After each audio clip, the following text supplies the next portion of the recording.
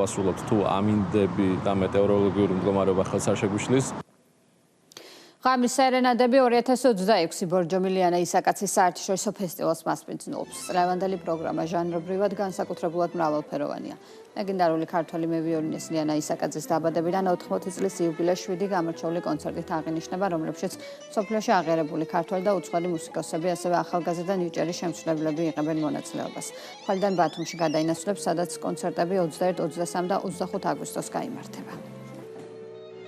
ეს არის ტრადიციული ფესტივალი, რომელიც ჩამოაყალიბა და რომელიც ასე ვთქვათ დაიწყო ქალბატონმა ლიანამ. ქალბატონ ლიანას ამაგით ეს ფესტივალი ტარდება ყოველწლიურად. ჩვენ ძალიან მოხარულები ვართ, რადგან ჩვენთან მუნიციპალიტეტში, ბორჯომის მუნიციპალიტეტში და ზოგადად სამცხე-ჯავახეთის რეგიონში ჩამოსულია ძალიან ბევრი სტუმარი, ესწრებიან ფესტივალს. იმალე ჩაიარა გახსნითმა კონცერტმა